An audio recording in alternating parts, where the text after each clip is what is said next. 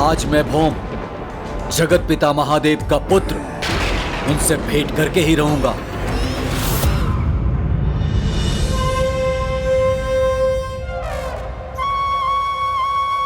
अरे वाह, इतने सारे मिष्ठान। पुत्र गणेश, संकोच मत करो। यदि तुम्हारी इच्छा है तो तुम्हें तुम्हारे उपहार खोलने की अनुमति है पुत्र। माँ, उपहार तो मैं कभी भी देख सकता हूँ, किंतु मेरा सर्वाधिक आकर्षण तो उन सभी मिष्ठानों में है। उन्हें ग्रहण कर सकता हूँ ना माँ? अवश्य पुत्र। अरे अरे देवी पार्वती, आप तो अपने पुत्र को मोदक खिला चुकी हैं। हाँ देवी पार्वती, अब हमें भी अवसर दीजिए। हम भी पुत्र गणेश को ये मिष्ठान खिलाना चाहते हैं जो हम उसके लिए अपने हाथों से बनाकर लेके आए हैं। अवश्य। देवी सरस्वती, सर्वप्रथम आप ही खिला दीजिए। नहीं देवी लक्ष्मी, सर्वप्रथम आप खिलाइए। नहीं नहीं देवी सरस्वती, पहले आप। नहीं देवी, आप खिलाइए। नहीं देवी सरस्वती, पहले आप। गणेश को अपने हाथों से मिष्ठान खिलाने का आनंद तो मैं भी प्राप्त करना चाहती हूँ। ओहो, बुआ जी और मामी जी तो एक दूसरे को ही आगे बढ़ने को कह रही है, किंतु दोनों में से ये कोई भी नहीं समझ पा रही है कि अब ये मिष्ठान मेरे मुख में प्रवेश करने में एक पल की भी प्रतीक्षा नहीं करना चाहते।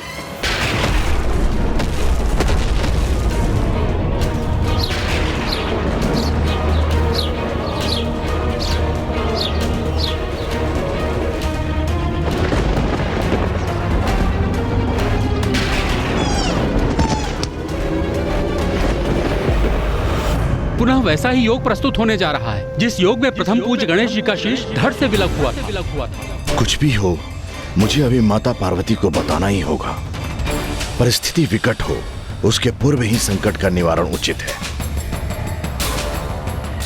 मैं धर्मराज हूँ, भय अथवा किसी अन्य भाव के कारण अपने दायित्व को निभाने से पीछे नहीं हट सकता मैं। इसीलिए मुझे जो ज्ञात है वो मुझे माता पार्वती को बता देना चाहिए। पहले आप खिलाइए। नहीं नहीं देवी सरस्वती, आप खिलाइए। पहले आप। माता, माता पार्वती,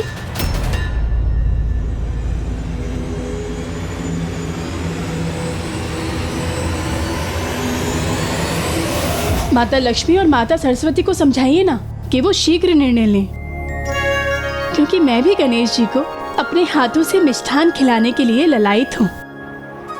मुझे भी अवसर प्राप्त होना चाहिए। अवश्य देवी शची।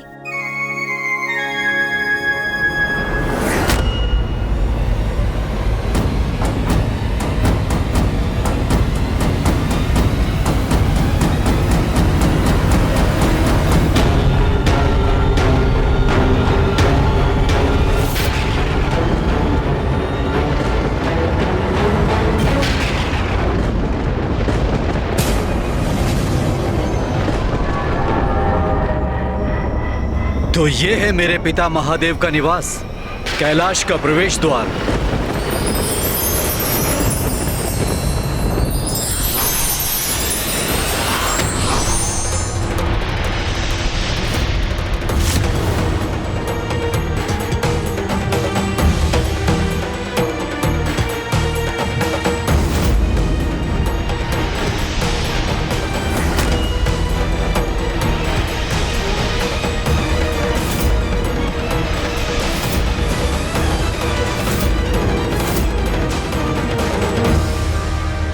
पुत्र गणेश, देवी शची कितने स्नेह से तुम्हें अपने हाथों से मिष्ठान खिलाना चाहती हैं और तुम उन्हें उसका अवसर ही नहीं दे रहे हो।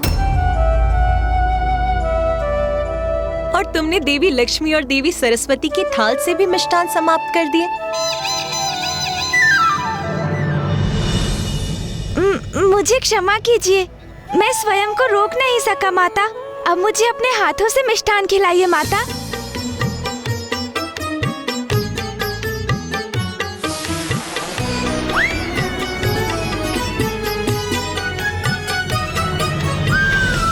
प्रतीत होता है गणेश का ध्यान पूर्ण रूप से भोजन पर ही है और उसकी इस एकाग्रता को भंग करने का कोई उपाय नहीं।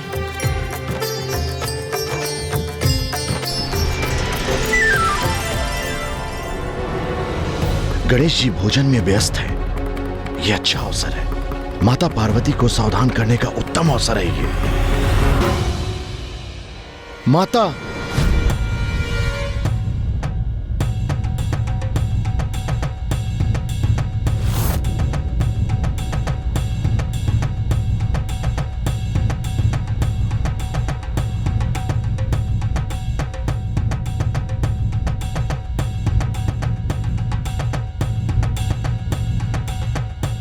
भैया तो ढोल का स्वर उत्पन्न कर रहे हैं। भैया आप ढोल बजाइए और मैं डमरू। हे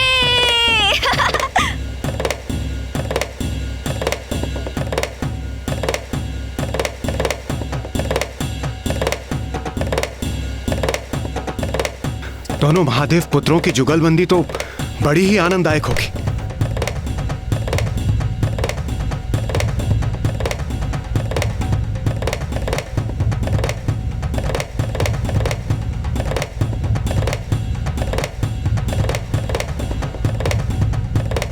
माता,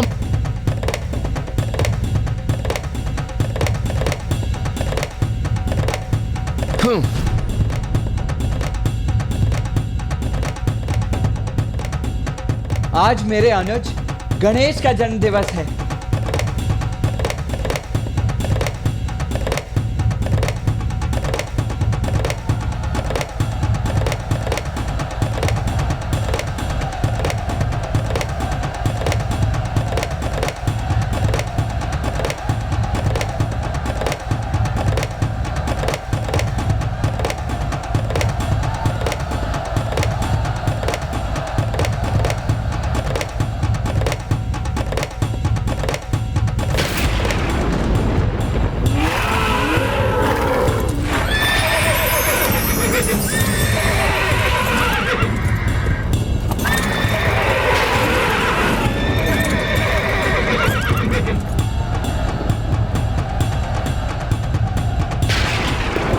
तोतला जी। हाँ दी। आपने कुछ सुना? नंदी जी, मैं तोतला अवत्य हूँ, लेकिन मेरी प्लवन तत्ती प्रभावित नहीं है। ढोल बजले तुम लाओ तब तुम ले। अरे ढोल बज रहे हैं तो मुझे भी सुनाई दे रहा है, किंतु बाहर से ये पशुओं की चित्कार। पशुओं की चित्कार? हाँ, क्या क्या वो सुनाई दे रही है आपको? हाँ नंदी जी, ध्वनिया तो मुझे भी आ रही है। बोलिए, ध्वनिया नहीं बाल आ रही है। तोतला जी, हमें बाहर जाकर देखना चाहिए कि देवताओं के वाहन इतने व्याकुल क्यों हो रहे हैं। आइए चलिए।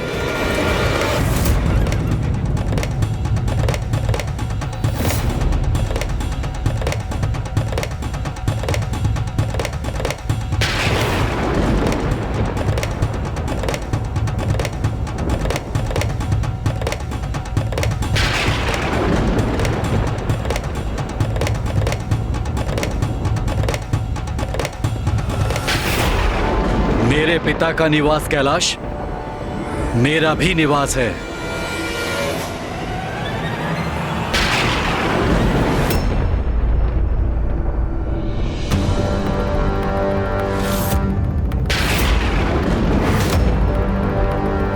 तोतला जी, कौन है ये और ये यहाँ क्यों आया है?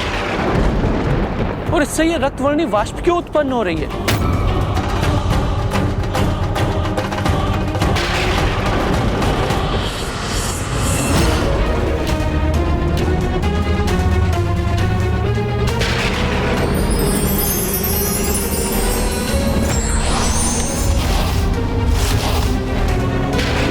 कौन हो तुम?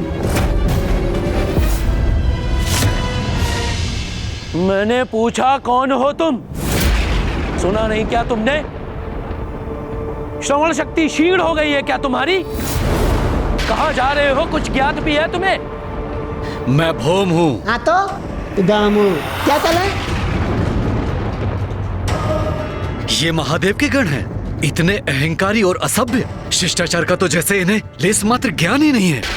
भौम हो तो हो गए, उससे हमें क्या? नाम के आगे भी कोई परिचय है तुम्हारा? तो दो हमें। मैं भौम महादेव पुत्र हूँ, उनसे भेंट करने आया हूँ।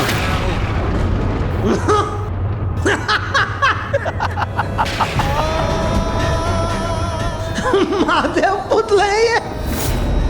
महादेव पुत्र भूम। तोतला जी कहां से कैसे कैसे बड़े बड़े भ्रम पाल कर यहां पहुंच जाते हैं मूर्ख अज्ञानी, और कहते हैं महादेव पुत्र भूम है।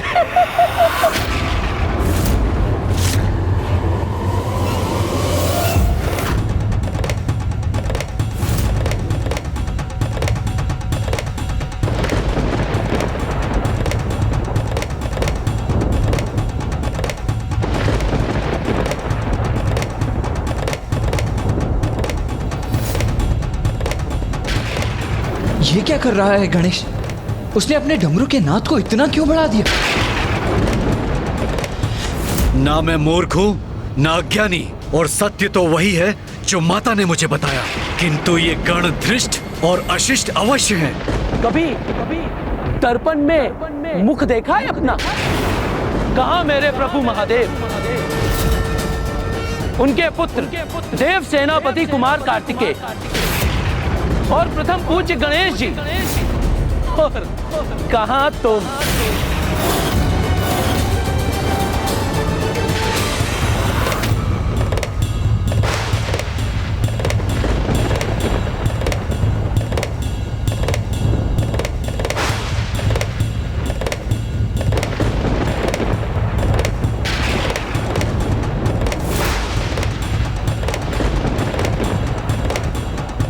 आज के इस उत्सव में क्रोध का कोई स्थान कहाँ है? फिर गणेश अपने डमरू के नाद से क्रोध का प्रदर्शन क्यों कर रहा है?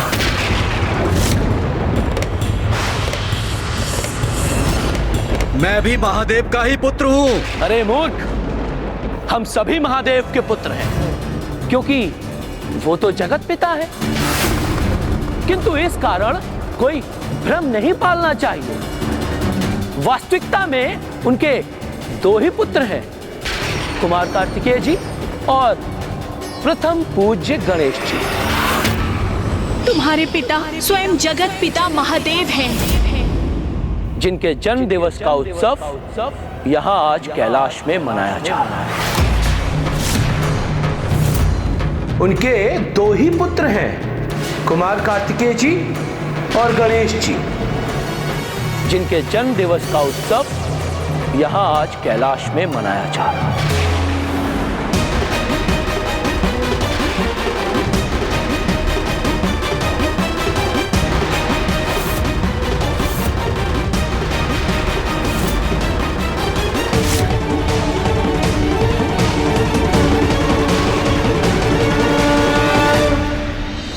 चलो प्रस्थान करो यहां से। महादेव के दर्शन के लिए तो यहां अनेकों भक्त आते हैं, तुम भी आ जाना। उत्सव संपन्न होने के पश्चात अभी वो अपने पुत्र के साथ व्यस्त हैं। तुम दोनों समझने के लिए तैयार क्यों नहीं हो? मैं भी महादेव का ही पुत्र हूँ, किंतु जो सत्य है वो समझने के लिए कभी ना कभी तुम्हें विवश होना पड़ेगा। और महादेव को भी यदि अभी उनसे भेंट कर अपना परिचय दे सका तो उचित है, अन्यथा अन्य रूप धारण कर सत्य उनके समक्ष अवश्य आएगा। कैलाश जैसे पवित्र स्थान पर असत्य को सत्य कहने की धृष्टता करते हुए लज्जा नहीं आती तुम्हें? तुम यहाँ से जाते हो, अन्यथा मैं तुम्हें यहाँ से जाने के लिए विवश करूं।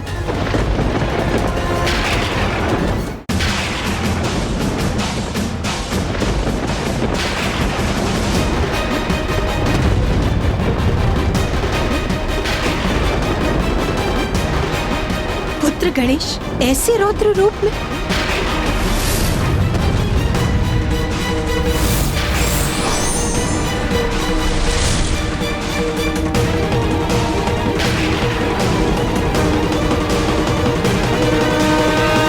मेरा यहाँ किसी से युद्ध करने का प्रयोजन नहीं, किंतु पुत्र का पिता से भेंट करने की इच्छा रखना कोई अपराध तो नहीं, अपितु पिता का पुत्र को अस्वीकार करना अवश्य अनुचित है। और अनुचित का परिणाम कभी उचित नहीं होता। जा रहा हूं मैं, किंतु पुनः आऊंगा। हाँ, जाओ जाओ। और हाँ, जब पुनः आओगे तो अपना महत्व बढ़ाने के लिए, सभी का ध्यान अपनी ओर आकृष्ट करने के लिए शिव पुत्र हूं ये मत कहना। ये देव पुत्र है।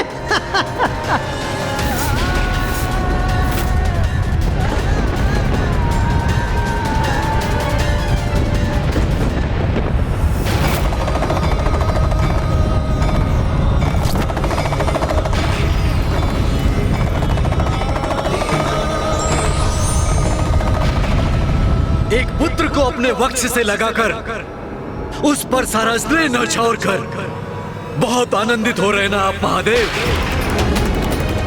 इतना बड़ा भेदभाव कि एक अन्य पुत्र को पूर्ण रूप से भुला बैठे हैं आप।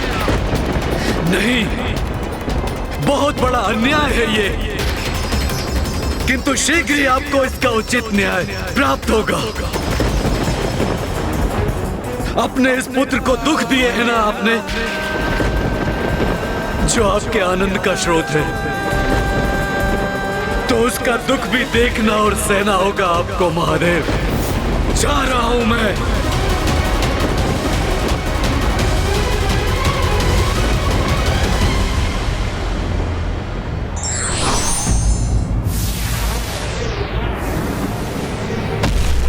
पुत्र गणेश,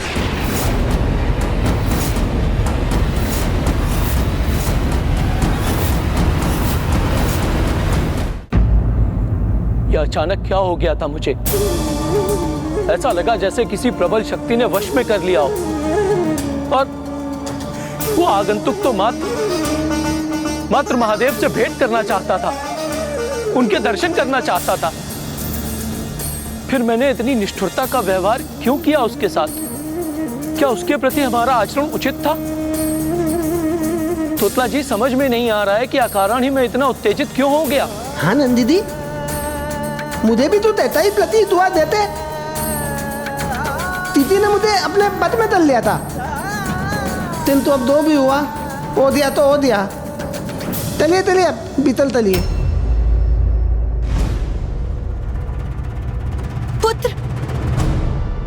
पुत्र तुम कुशल तो हो ना? हाँ माँ, ज्ञात नहीं अकस्मात मुझे क्या हो गया था। कदाचित मुझे भूख लगी है, इसीलिए ऐसा हुआ होगा माँ। अब हमें प्रस्थान करना चाहिए। हाँ, आज पुत्र गणेश का जन्म दिवस है और उसे बहुत भूख लगी है। अभी हमें उसे शांतिपूर्वक भोजन करने देना चाहिए।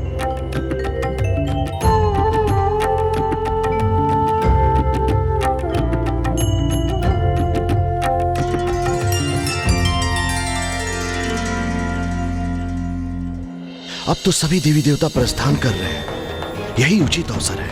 उनके प्रस्थान करने के पश्चात मैं माता पार्वती को अवश्य कह दूंगा। नाथ, आपने शांत रहकर माता पार्वती से कुछ ना कहकर उचित ही किया। देखिए ना, माता पार्वती महादेव कितने प्रसन्न हैं।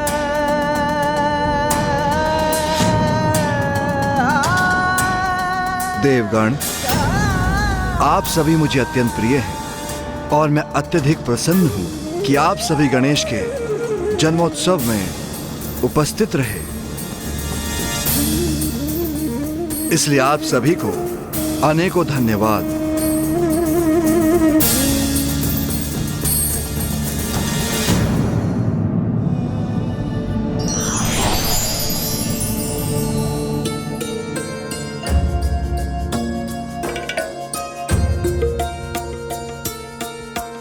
यमराज, आपको ज्ञात है कि मुझे सर्वाधिक प्रिय कौन है? जो सर्वाधिक प्रिय देवता हैं और जो मेरे हृदय के सबसे निकट है, वो हैं आप। मैं महादेव? हाँ, कभी कभी जो नैतिक दृष्टि से उचित प्रतीत होता है और जो हमारा दायित्व है, उसमें विरोधाभास होने के कारण एक बड़ा अंतर्द्वंद उत्पन्न होता है। किंतु आप मुझे सर्वाधिक प्रिय इसलिए हैं क्योंकि आप तो धर्मराज हैं। आप तो सदैव अपने धर्म और कर्तव्य पर अडिग रहते हैं। कोई भी द्वंद आपको विचलित नहीं करता। प्रत्येक परिस्थिति में लाभ हानि की चिंता किए बिना जगत कल्याण हेतु अपने धर्म का पालन करते हुए आप मुझसे भी संघर्ष करने पर विवश हुए, किंतु आपने अपने धर्म पथ का त्याग नहीं किया। धर्म के प्रति आपकी अटूट निष्ठा के कारण ही आप मुझे सर्वाधिक प्रिय हैं।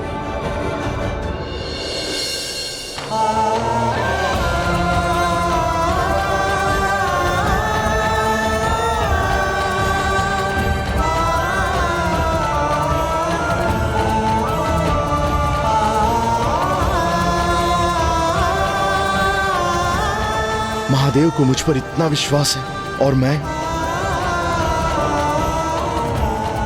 मुझे उनके विश्वास का सम्मान करना होगा। अपना धर्म मुझे निभाना ही होगा। यमराज के मुख पर ऐसा भाव क्यों? जैसे उनके भीतर भावनाओं का बवंडर उमड़ रहा है। जैसे वो कुछ कहना चाहते हैं किंतु कह पाने में विवश।